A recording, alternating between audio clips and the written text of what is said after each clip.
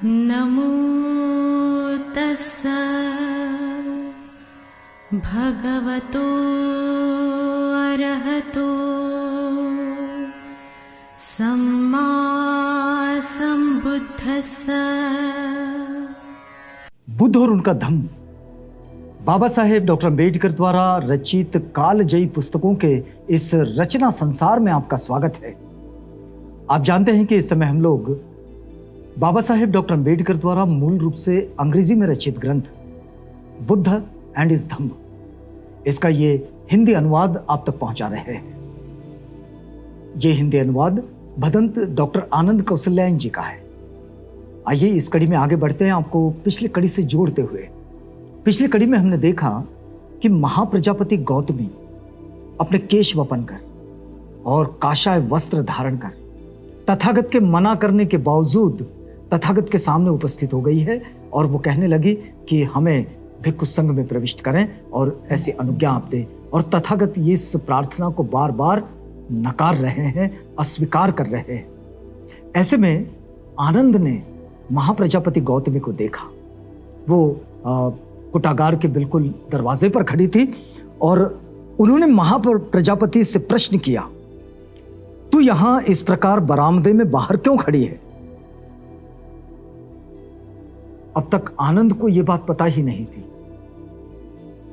कि महाप्रजापति गौतमी अन्य स्त्रियों के भिक्षु संघ में प्रविष्ट होने की बात कह रही है और वो केश वपन करके तथागत के सामने आई है। उन्होंने देखा कि उसके पांव सूजे हुए थे, उनके पांव पर धूल चढ़ी हुई थी। वो कहने लगे कि तेरे पांव सूजे हैं, तेरा चेहरा दुखी है, आंखों से आंसू बह रहे हैं। तो महाप्रजापति गौतमी ने कहा, आनंद, क्योंकि तथागत स्त्रियों को घर से बेघर होकर उनके धर्म और विनय के अनुसार प्रव्रजित होने की आज्ञा नहीं देते, मैं क्या करूं? बड़े दुखी मन से महाप्रजापति गौतमी ने आनंद से कहा कि आनंद, तथागत ये अनुज्ञा नहीं दे रहे कि घर से बेघर हो जाए हम स्त्रियां भी और भिक्षु संघ में धम्म और विनय की शिक्षा ग्रहण करें। तब आनंद स्थविर वहां गए जहां तथागत थे और तथागत को अभिवादन कर एक ओर बैठ गए और इस प्रकार बैठकर आनंद ने तथागत से निवेदन किया। अब यहां देखिए कि आनंद अब स्त्रियों की वकालत करने तथागत के पास पहुंचे हैं और उन्होंने कहा कि भगवान, महाप्रजापति गौतमी बरामदे के बाहर खड़ी है, उसके पांव सूजे हैं, उन पर धूल चढ़ी है, चेहरा दुखी है, आंखों से आंसू बह रहे हैं, क्योंकि तथागत स्त्रियों को घर से बेघर होकर तथागत के धम्म और विनय के अनुसार प्रव्रजित होने की आज्ञा नहीं देते। भगवान, ये अच्छा हो यदि महाप्रजापति गौतमी की इच्छा के अनुसार स्त्रियों को भी प्रव्रजित होने की आज्ञा मिल जाए। आनंद कह रहे हैं तथागत से, भगवान, ये अच्छा होगा कि यदि स्त्रियां भी प्रव्रजित होकर धम्म और विनय की शिक्षा ग्रहण करें, इसमें बुरा क्या है? यह अच्छा ही होगा। फिर वे आगे कहते हैं, देखिए, क्या महाप्रजापति गौतमी ने तथागत की विशेष सेवा नहीं की है जब वो मौसी की हैसियत से तथागत की माता का शरीरांत हो जाने पर वह अपने स्तन से ही तथागत को दुग्धपान कराती रही? यह अच्छा होगा भगवान यदि स्त्रियों को भी घर से बेघर होकर तथागत के धम्म और विनय के अनुसार प्रव्रजित होने की अनुज्ञा मिले। अब यहां आनंद ने थोड़ा भावनात्मक होकर तथागत से यह बात कही। उन्होंने कहा कि भगवान, क्या यह सत्य नहीं है कि माता महामाया का देहांत होने के बाद, शरीरांत होने के बाद, क्या महाप्रजापति गौतमी ने स्वयं दुग्धपान नहीं कराया? अपने बच्चे की तरह पालन पोषण नहीं किया? उन्होंने विशेष सेवा नहीं की? क्या यह अच्छा नहीं होगा? यह अच्छा ही होगा अगर स्त्रियों को भी, महाप्रजापति गौतमी को भी यदि धम्म और विनय की शिक्षा मिले तो इसमें बुरा क्या है? फिर वे कहते हैं, देखिए, तथागत यहां भी आनंद से कह रहे हैं, तथागत का ये जवाब, आनंद रहने दो, तुम्हें यह ना रुचे कि स्त्रियों को भी प्रव्रजित होने की अनुज्ञा मिले। तथागत कहते हैं, आनंद शायद तुम्हें ठीक नहीं लगेगा कि स्त्रियों को भी यह अनुज्ञा मिले कि वे प्रव्रजित हो जाए। यह तुम्हें ठीक नहीं लगेगा अगर मैं उन्हें अनुमति नहीं देता हूं तो। दूसरी और तीसरी बार भी आनंद ने अपनी प्रार्थना दोहराई और दूसरी और तीसरी बार भी आनंद की प्रार्थना अस्वीकृत हो गई। तब आनंद स्थविर ने तथागत से प्रश्न किया।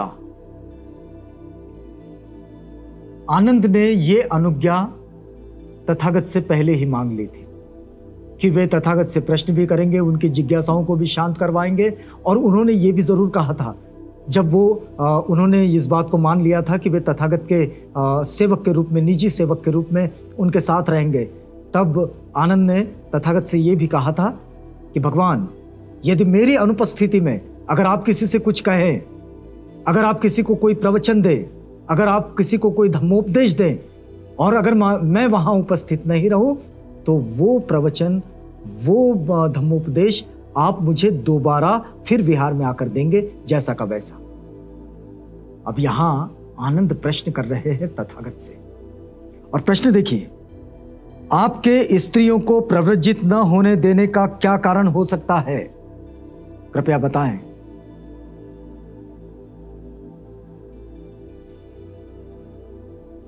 भगवान जानते हैं कि ब्राह्मणों का यह मत है कि शूद्र और स्त्रियां कभी मोक्ष प्राप्त नहीं कर सकती।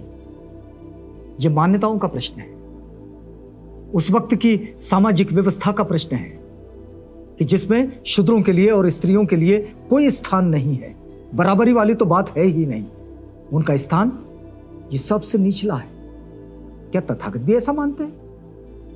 फिर वे कहते हैं क्योंकि वे अपरिशुद्ध होती है और पुरुषों के मुकाबले वो निम्न जाति की होती है, इसलिए वे शूद्रों और स्त्रियों को प्रव्रज्या नहीं लेने देते। आनंद का प्रश्न है, क्या इस कारण से तथागत ऐसा करते हैं कि वे स्त्रियों को नीच मानते हैं, उनका स्थान पुरुषों के बराबर नहीं मानते, इसलिए वे ऐसा करते हैं? फिर आनंद पूछते हैं, तो क्या तथागत की दृष्टि भी उन ब्राह्मणों के समान है जो शूद्रों को और स्त्रियों को नीच मानते हैं, उनके जैसी है तथागत की दृष्टि? फिर वे कहते हैं, क्या तथागत ने ठीक उसी प्रकार शूद्रों को भी संघ में प्रविष्ट नहीं किया जैसे ब्राह्मणों को? भगवान, स्त्रियों से ही ऐसा भेदभाव करने का क्या कारण है? आनंद का प्रश्न बड़ा साफ है, स्पष्ट है। वे पूछते हैं कि क्या आप भी वही दकियानुसी ख्यालों के हो कि जिसमें स्त्रियों को पुरुषों के बराबर नहीं माना जाता, उनका स्थान पुरुषों से नीचे रखा जाता है? आप क्या वैसे हो? फिर वे कहते हैं कि क्या तथागत का यह मत है कि तथागत के धम्म और विनय के अनुसार चलकर स्त्रियां निब्बाण को प्राप्त नहीं कर सकती? अब आनंद ने बड़े विचारणीय प्रश्न तथागत के सामने रखे, और ये प्रश्न तथागत की सीख, उनकी शिक्षाएं और भिक्षु संघ में प्रविष्ट करने वाले जो स्थितियां थी, उन स्थितियों में उन्होंने शूद्रों को भी प्रविष्ट किया था। वो सब लोग जिन्हें सामाजिक व्यवस्था में बिल्कुल निचले दर्जे के और निचले स्तर के माने जाते थे, उन सबको भिक्षुओं के रूप में एक समान स्तर पर लाकर खड़ा कर दिया था। लेकिन स्त्रियों के लिए तथागत ये परमिशन नहीं दे रहे। तो आनंद का प्रश्न बड़ा जायज था और विचारणीय प्रश्न था, यह समझ वाला प्रश्न था। तो तथागत ने कहा, आनंद, मुझे गलत तौर पर मत समझो। तथागत का उत्तर है कि आनंद, मुझे गलत ना समझो।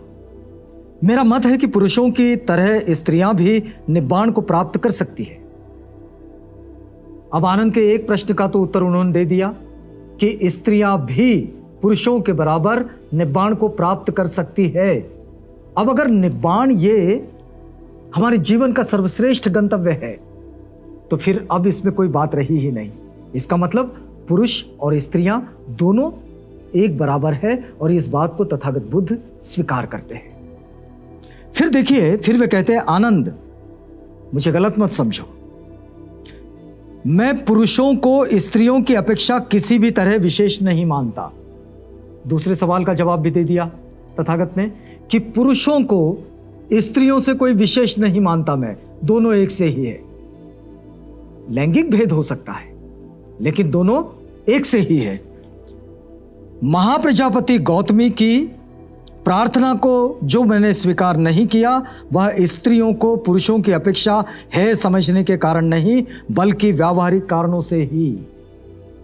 तथागत ने बिल्कुल स्पष्ट कर दिया कि प्राकृतिक भेद के कारण कोई भी एक दूसरे से कम ज्यादा नहीं है, दोनों एक से हैं, दोनों बराबर है।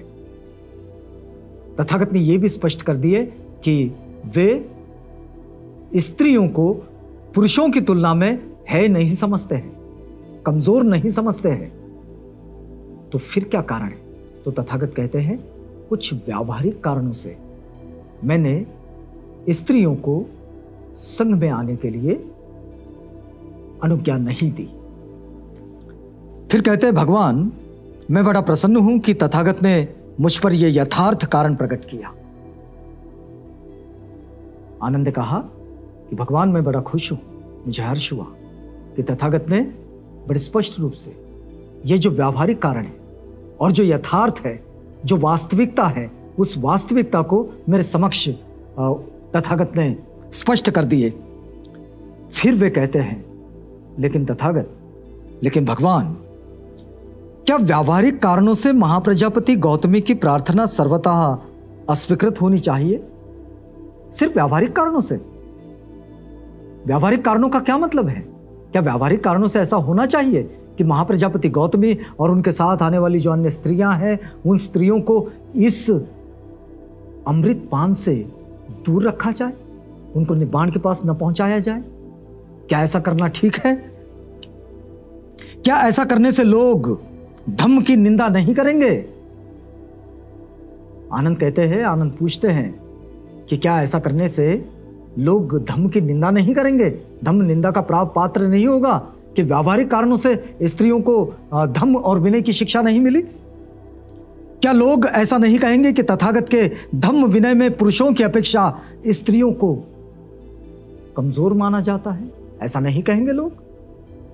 फिर वे कहते हैं, क्या जिन व्यावहारिक कठिनाइयों की तथागत को चिंता है उनसे बचने के लिए कुछ नियम नहीं बनाए जा सकते हैं? अब आनंद ने एक सामंजस्य वाली बात उनके सामने लेकर आए, उसमें से एक रास्ता चुने कि क्या ऐसा नहीं हो सकता कि व्यावहारिक कारणों से अगर तथागत स्त्रियों को धम्म और विनय की शिक्षा से दूर रखना चाहते हैं तो क्या व्यावहारिक कुछ नियम नहीं बनाए जा सकते हैं? अब तथागत कहते हैं, आनंद के इस प्रश्न के बाद कि क्या ऐसे कोई नियम नहीं बनाए जा सकते हैं कि जिसके कारण स्त्रियां धम्म और विनय की शिक्षा भी ग्रहण करें और उन नियमों के साथ संघ का हिस्सा भी बनी रहे? क्या यह नहीं हो सकता? अब इस पर तथागत का क्या कहना है, यह कहना आपको बताएंगे अगली कड़ी में।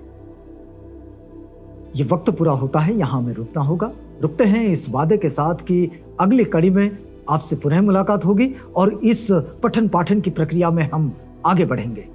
तो तब तक के लिए हमें इजाजत दीजिएगा।